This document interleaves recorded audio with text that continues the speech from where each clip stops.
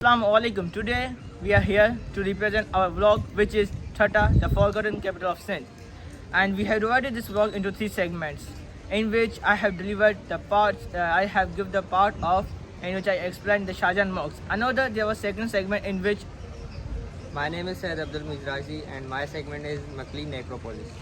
My name is Len and my segment is Ginger Lake.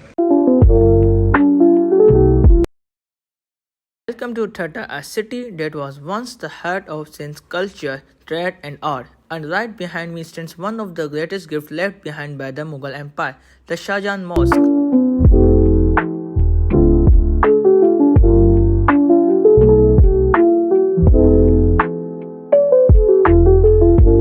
Built in 1647 during the time of Mughal Emperor Shah Jahan.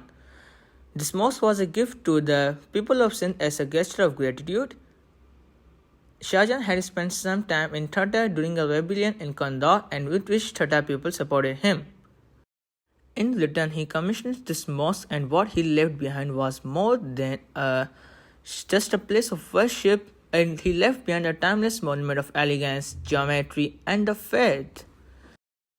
The Shahjahan Mosque was built in the mid-17th century during a very interesting phase of Mughal Empire. At this time, Shahjahan was not only focused on ruling the empire, he was deeply engaged in religious architecture. This mosque wasn't just a kind gesture, it was part of his wider mission to build monuments that blended faith. But why Thatta?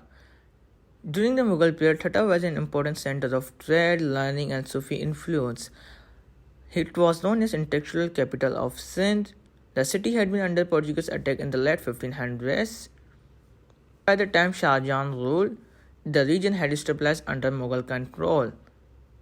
So building a mosque here wasn't a random, it was a political and religious statement. The Thatta is part of the empire and we honor it.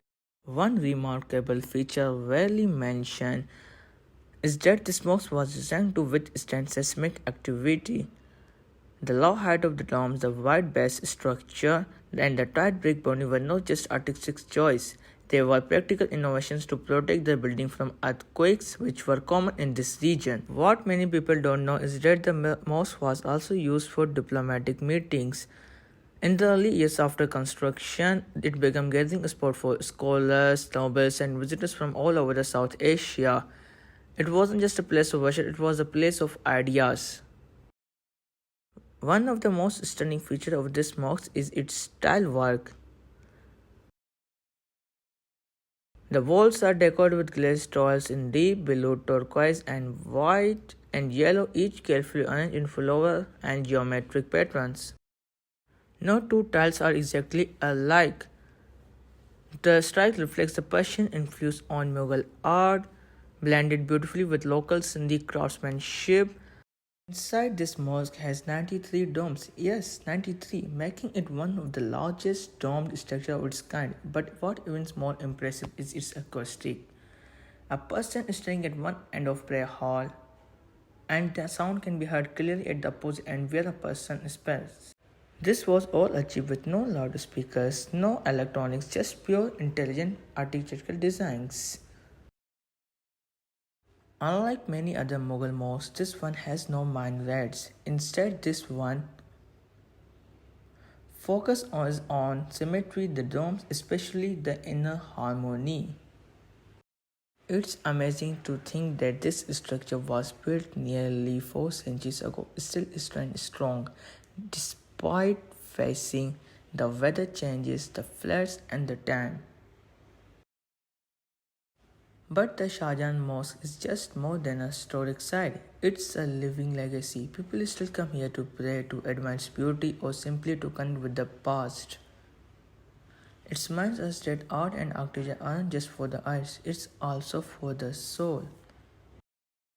Most people know Shah Jahan for the Taj Mahal, a monument of love, but few realize that this mosque right here in Thatta was one of his most peaceful projects. He didn't build it for fame or politics. Historians believe he spent time reflecting here, away from the royal court, and was inspired by the simplicity of Sindh. Unlike imperial projects led by large armies of architects, this mosque was mostly built by local artisans and Sindhi builders. That's why the design here feels different, more humble, more rooted in the local soil. There is even local legend that Shah Jahan chose Thatta for this mosque because of a dream. A dream where he saw mosques covered in blue tiles under the sun.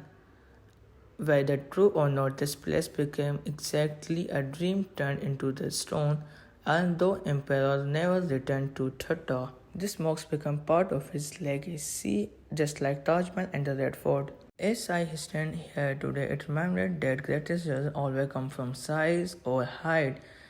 Sometimes it comes from detail, balance, and intention. The Shah Jahan mosque may not be the tallest, but it speaks the volume through its silence, the design, and its devotion.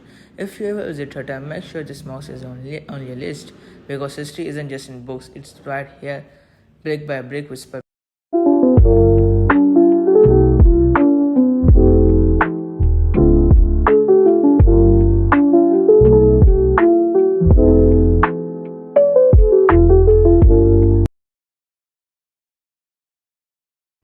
This may look like a city, but it's actually a cemetery. Not just any cemetery, this is Makli Necropolis, a city of silence where the stories of queens, kings, and saints and scholars lie beneath the soil. And today I am here to explore this forgotten wonder of Sindh. Located on the outskirts of Thatta, Makli is one of the largest necropolis in the world. It stretches across 10 kilometers, housing over 5,000 lake graves, some of them belonging to rulers who once governed this land. The history of Makli dates back to the 14th century. During the Sama dynasty. Over the next 400 years, it became a sacred burial ground for Sufis, nobles, and even warriors from the Arghan, Tarkhan, and Mughal eras. Each tomb here tells a story through stone carvings, calligraphy, and intricate geometric patterns. The architecture reflects a unique blend of Persian, Turkic, and Gujarati styles fused with local Sindhi craftsmanship. But Makli is not just about royalty and power. It's also a site of deep spirituality. According to local legend, the name Makli came from saint who said this place brought him Ma Kali spiritual completion. Since then, it became a place of pilgrimage, prayer, and peace. As I walk here, I feel like I am not alone. These graves may be silent, but the history, art, faith they hold still whisper those. The tomb of Diwan Shurfa Khan is one of the most intricate design structures at Makli Necropolis, reflecting the artistic brilliance of the Mughal period. Diwan Shurfa Khan was a noble governor under the Mughal Empire, and his tomb is built with finely curved stones featuring geometry. Floral motifs elegant calligraphy. The craftsmanship showcases a unique blend of Persian and local Sindhi styles, symbolizing both power and piety. Thought less known than other tombs, it stands a silent tribute. Mirza Isa Khan Tarkhan II was son of Jan Baba.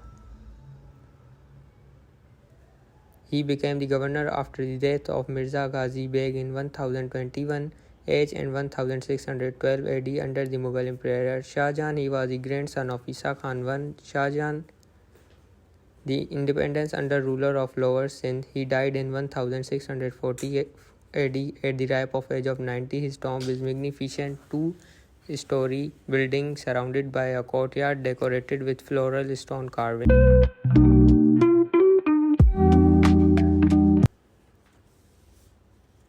Jan Baba was the son of Isa Khan Tarkhan I and the father of Isa Khan Tarkhan II.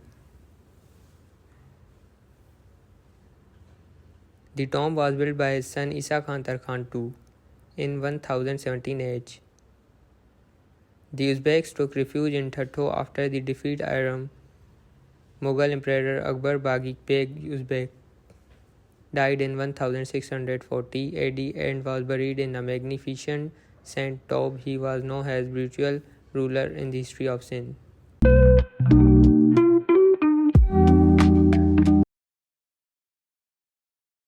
Mirza Tughril Beg was a well-reputed commander during the Mughal period. Mirza Jani Beg was the last independent Tarkhan ruler of Thatta. He was the son of Painda Beg and the father of Ghazi Beg. The tombs of Sultan Ibrahim, sons of Isa Khan Tarkhan I, died at very young age. The present tomb was originally attributed to Nawab Amir Khalil Invader. Dates 1572 AD, 1584 AD. Inside the main shrine there are four graves of platform. The grave of left bears Rabiul Awal 1966 1559 AD. Third grave was named to Lady Shari Banu.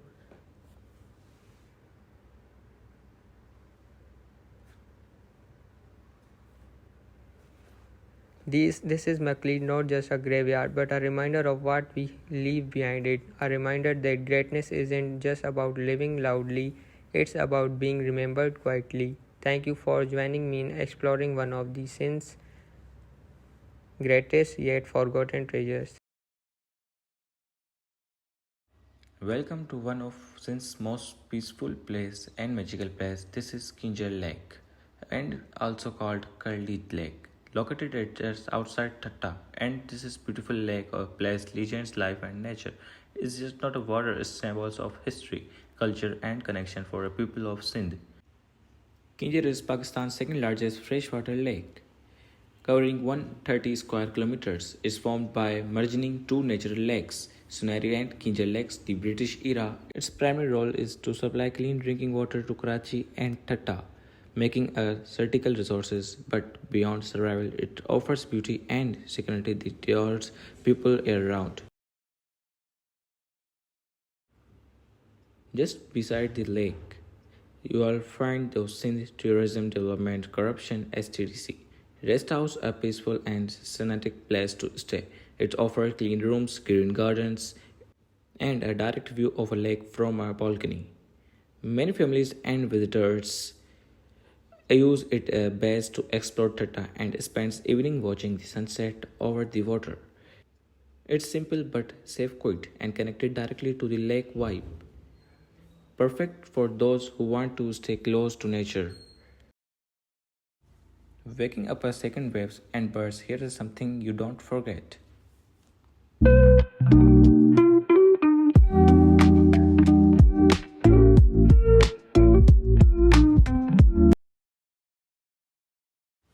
What makes the lake truly special is the story of Noori. Jam Tamachi, a legend of love that still lives in our local hearts. Jam Tamachi, a royal prince from the Sama dynasty, fell in love with Noori, a humble French fisher girl. He married her not for politics or power, but for pure love, something rare even in story. Noori's grave lies beneath the lake, and many come to float flowers and stay prayers in the memory. It's not just a story, it's a reminder of respect, humanity, and devotion. Kinjal is a major tourist attraction. People from Karachi, Hyderabad, and nearby towns come here to picnic, boats, rides, and swimming. It is simply accept the noise of the city. One weekends, it's become a hub of family gathering, street food, and musics. Local styles serve fresh fried fish, boating, service take visitors to the middle of the lake. And many families spend hours here just relaxing. Few note that Kinjal is also wildlife sanctuary. How many migratory birds like hornets, phylogeny pigeons, and ducks? It is a color month. It is a paradise for bird watchers and nature photographers. The sound of water, bird calls, and cool white make the lake more than a sport. It's an experience. It reminds us how important it is not to preserve places where humans and nature live side by side. Kinjal has a long part of Sindhi poetry and music. It is mentioned in folk songs and Sufi poetry as a place where lovers and meets in the hearts heal. For centuries, it has been only a physical space but a spiritual symbol of peace, longing, and internally long. Visiting in the connects you not only for nature but also cultural soul of Sindh. Standing near the lake, I felt deep calm, like a place itself was speaking. It was not just about facts or legends, it was about feeling present, connected to a something bigger. I realized that communication is not just about words, something a place speaks through silence. The experience taught me how to observe, reflect, and express through emotions, not just information. What makes Kinja truly special is that everyone is welcome. Whether you come and friends and family, and even alone, the lakes makes a space for you. It does not matter where are you from and why you come. Here you can loud or quiet, active still, and it is a space still feel just right. Near the Shuri, you will always find someone frying fish or making chai. Freshly cooked fish caught from the lake itself is a local spectacle. There is a different kind of joy in eating by water with a breeze, a view, and no rush. It is a simple food but full in flavor and warmth, just like people here. So, if you ever plan a trip to Thatta, make sure to stop by Kinjar Lake. It's just not a picnic spot, it's a place where history sleeps, love whispers, and nature heals. I am Hunain, and that was my part of the journey through Thatta, the forgotten capital of Sindh. Thank you for watching.